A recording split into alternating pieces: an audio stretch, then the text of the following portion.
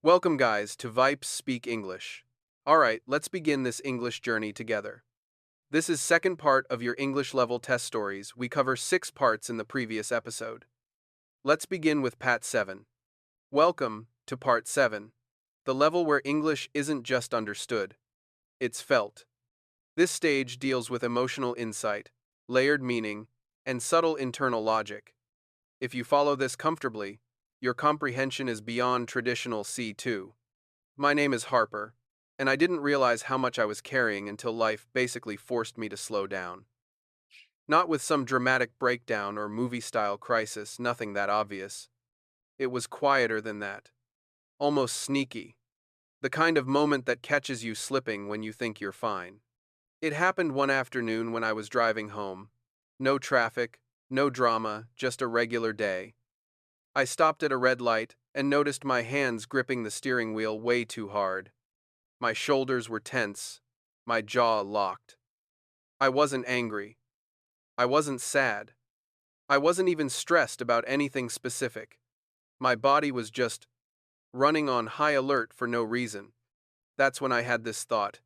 Why am I wired like this right now?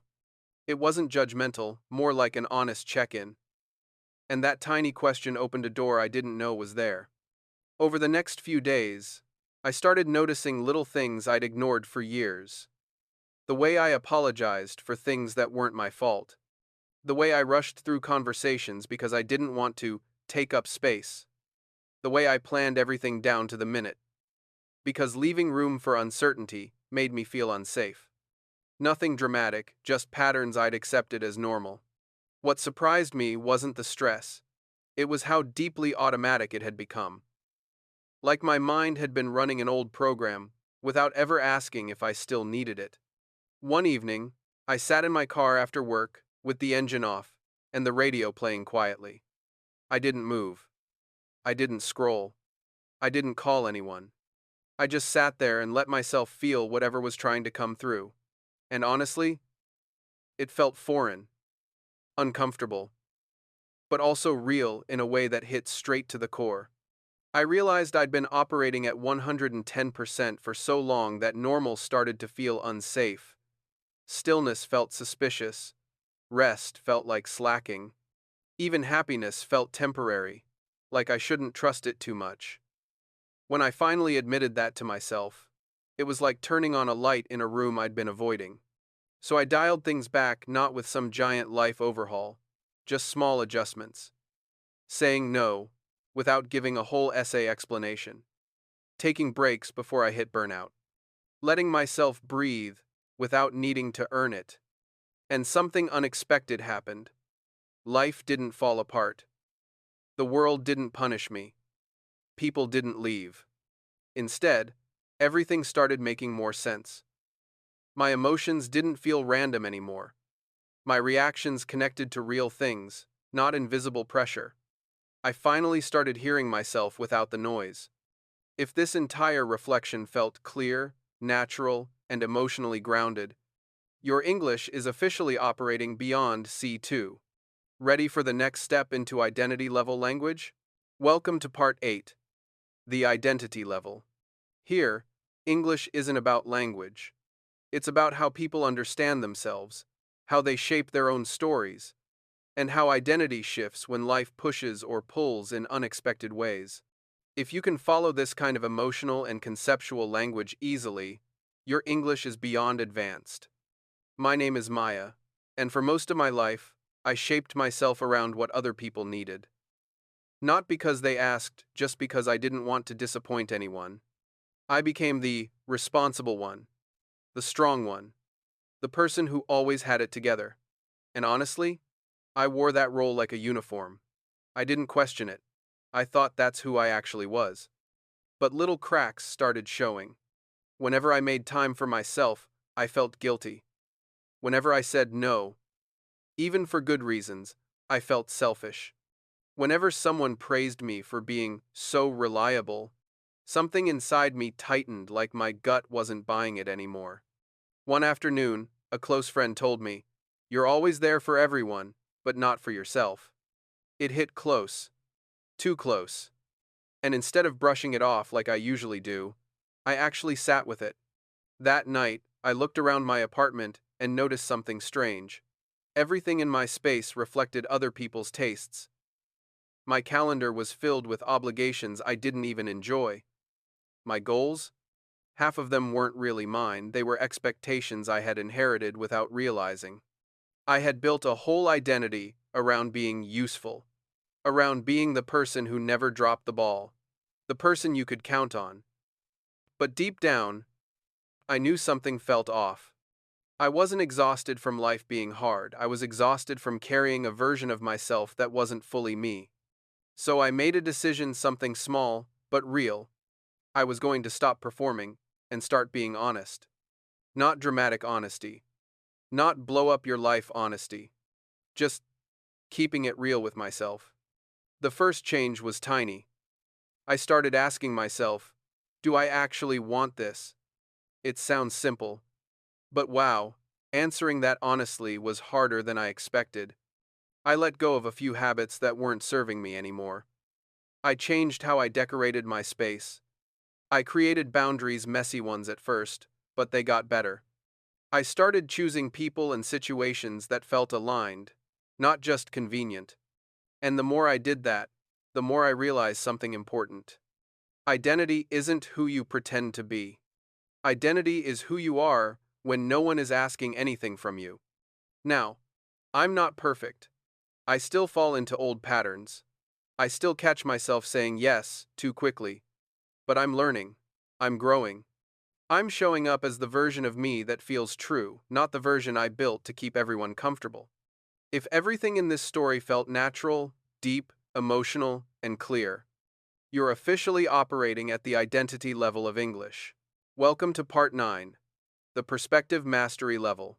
Here, English moves beyond emotion and identity. This level tests your ability to understand shifts in viewpoint, hidden meanings, and the contrast between what people say and what they really believe. If this feels natural, your English comprehension is extremely advanced. My name is Jonah, and over the last few years, my entire way of seeing the world has shifted. Not dramatically, not all at once, it wasn't some big life explosion. It was quieter, slower, the kind of shift that sneaks up on you, and then one day you look around and realize, wow, I don't see things the same anymore. It started during a random conversation with a coworker. Nothing heavy, just small talk. But the way she spoke, the way she rushed through her words, the way she kept apologizing for things that didn't matter, something about it made me pause. I recognized that energy. I used to live inside it. That constant sorry vibe, that quiet fear of saying the wrong thing, that pressure to be perfect. And it hit me in the gut not because she did anything wrong, but because I finally noticed how many people move through life carrying weight they never talk about. That one moment made me step back and start paying attention to people differently. Not just what they say, but how they say it. Their tone, their pauses, the way their shoulders relax or tense up, the way their eyes light up when they talk about something real. You can learn a lot from someone's vibe before they even finish a sentence. I used to respond to everything fast, like speed somehow proved intelligence.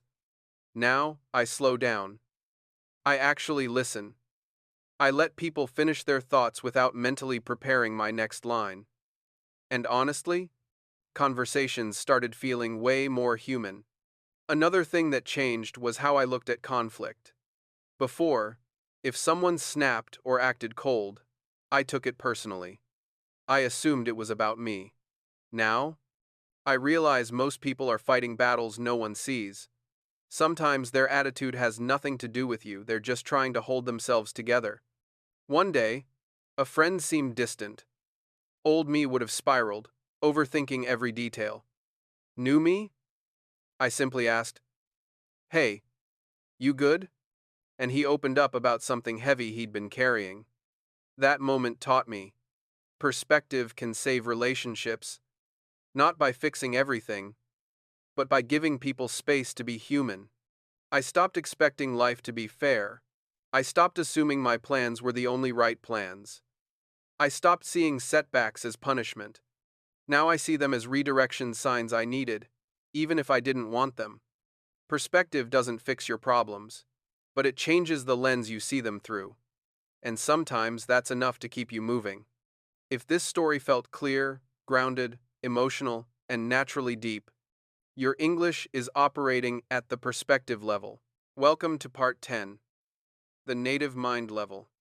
Here, English isn't just a language, it becomes a way of thinking. This level explores intuition, quiet understanding, and the ability to sense meaning without needing everything explained directly. If this feels natural to you, your English comprehension is operating like a native speaker's internal thought process. My name is Riley, and somewhere along the line, I realized that thinking in English wasn't just about the words anymore, it was about the mindset behind them. The rhythm, the emotional logic, the unspoken parts. Real talk, once you start thinking like a native speaker, the whole world sounds different. For me, it started during a late night walk. Not the dramatic kind, just one of those nights when the air feels a little too quiet and your brain won't clock out.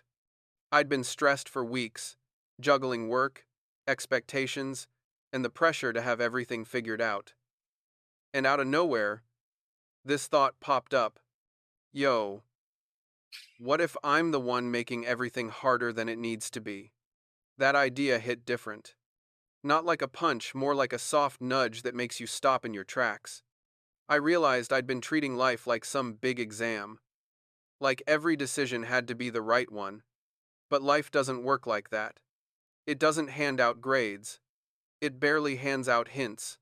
And honestly, life doesn't owe you anything. You gotta build your own meaning, your own pace, your own lane. That's when something in my mindset shifted. I started letting things breathe. If someone took longer to text back, cool. People got lives. If plans changed last minute, happens. If something didn't go my way, alright, guess I reroute. No meltdown needed. I stopped reading hidden messages into everything because most of the time, there aren't any. People say what they say. Life happens, how it happens. The rest is just noise we add because we're scared of uncertainty. Another big change was how I handled quiet moments. Before, silence made me anxious, like I needed to fill it up with chatter or distractions. Now, I kinda like it. Silence feels like the reset button I didn't know I needed. When things get overwhelming, I literally tell myself, alright, chill, take a beat. One thing native thinkers do, and I didn't realize this until later, is they don't fight the flow of life so aggressively. If something's off, they adjust. If they're wrong, they own it. If they're hurt, they say it. No dramatic monologue. No dictionary of excuses. Just honesty with a sprinkle of humor. The biggest shift, though, was understanding that clarity doesn't come from pushing harder. It comes from stepping back, letting things settle, and trusting that you'll figure it out as you go. If this story felt natural, like thoughts flowing instead of textbook sentences, you're thinking in English at the native mind level. Welcome to Part 11, the mastery layer. This level is not about English as a skill, it's about English as a thinking system. Here, meaning isn't just in the words, it's in the gaps, the rhythm, the intention, the self-awareness behind every sentence. If you can follow this kind of layered thinking comfortably, you're operating at a level most learners never reach. My name is Jordan, and the biggest shift in my English and honestly, in my life, happened when I stopped trying to sound smart and started trying to be honest. No cap. Honesty hits harder than any fancy vocabulary ever will.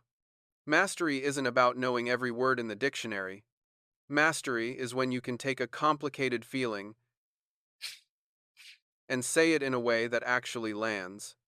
And that took me years to understand. The turning point came during a conversation with a coworker.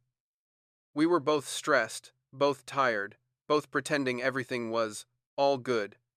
You know the drill, smiling through burnout like it's a sport. Then she said something simple. Hey, I'm not okay today. Just giving you a heads up.